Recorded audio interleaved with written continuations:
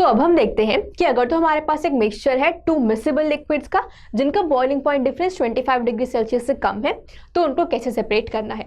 इस प्रोसेस को हम लोग बोलते हैं फ्रैक्शनल डिस्टिलेशन। ये सिंपल डिस्टिलेशन जैसा ही होता है, प्रिंसिपल भी सेम होता है, सिर्फ एक डिफरेंस है। यहाँ पे हमने फ्रैक्शनल वर्ड इसलिए यूज किया है क्योंकि अपेरेटस में एक extra apparatus called fractionating column यहाँ पर आ गया है। तो इसका एग्जैक्टली क्या रोल है and how this process works हम एग्जांपल के थ्रू देख लेते हैं। अगेन लेट अस सी कि हमारे पास एक मिक्सचर है जो कि इस बार टू लिक्विड्स का है, alcohol and water. As you can see कि इन दोनों के बॉइलिंग पॉइंट्स का difference is less than 25 degree Celsius, तो इसीलिए हम इनको सिंपल डिस्टिलेशन से सेपरेट नहीं कर सकते हैं।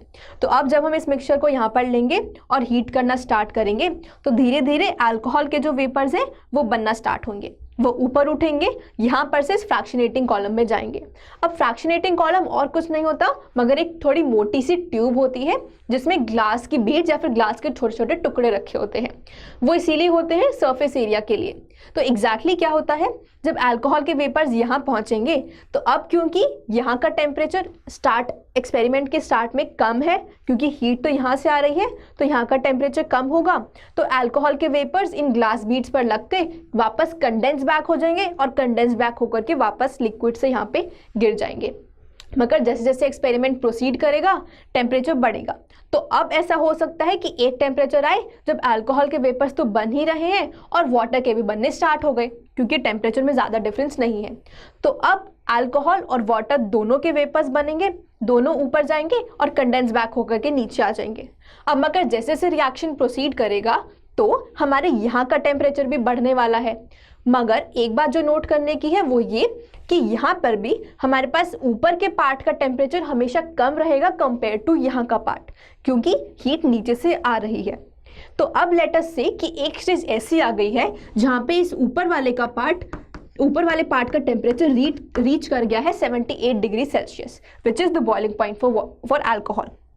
तो इस केस में जब हमारे पास दोनों अल्कोहल और वाटर के वेपर्स ऊपर पहुंचे तो अब अल्कोहल के वेपर्स वापस कंडेंस बैक नहीं हो पाएंगे क्योंकि उनका बॉइलिंग पॉइंट है। यहाँ पे कोई भी लिक्विड अपने ही बॉइलिंग पॉइंट पे तो लिक्विड फेज में वापस नहीं जा सकता है।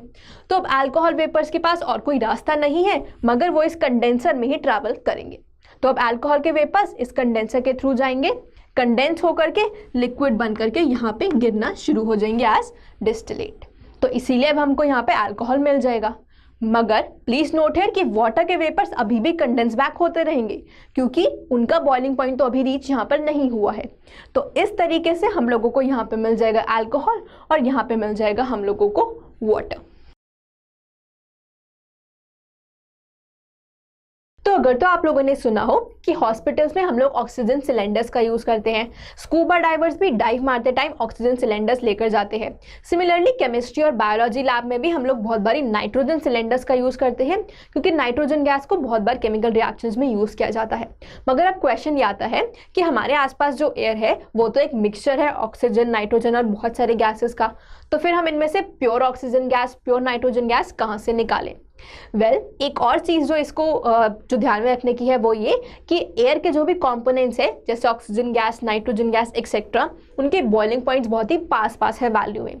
तो इसीलिए इनको सेपरेट आउट करने के लिए हम लोग जो प्रोसेस यूज करते हैं वो होता है फ्रैक्शनल डिस्टिलेशन। मगर फ्रैक्शनल डिस्टिलेशन से पहले भी हम लोग कुछ 1-2 स्टेप्स लेते हैं, वो क्या होते हैं हम अभी देख लेते हैं।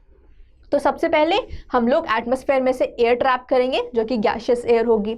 अब क्योंकि फ्रैक्शनल डिस्टिलेशन के लिए हम लोगों को लिक्विड फॉर्म में चाहिए तो हम इस एयर को कूल और कंप्रेस करेंगे ताकि हम लोगों को लिक्विड एयर मिल जाए।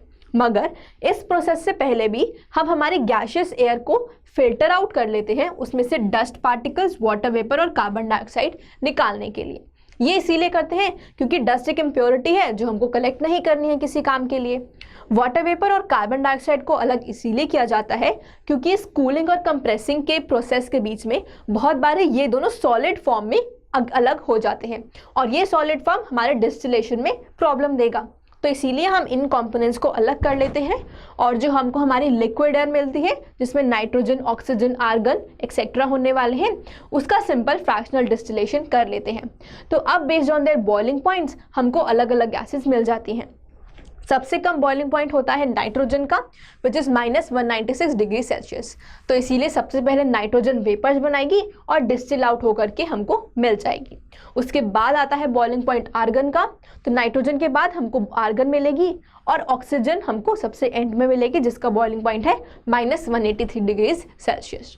तो इसी तरीके से अगर तो हमारे पास और भी कंपोनेंट्स है एयर में, तो वो भी बॉइलिंग पॉइंट्स के हिसाब से अलग अलग मिल जाएंगे।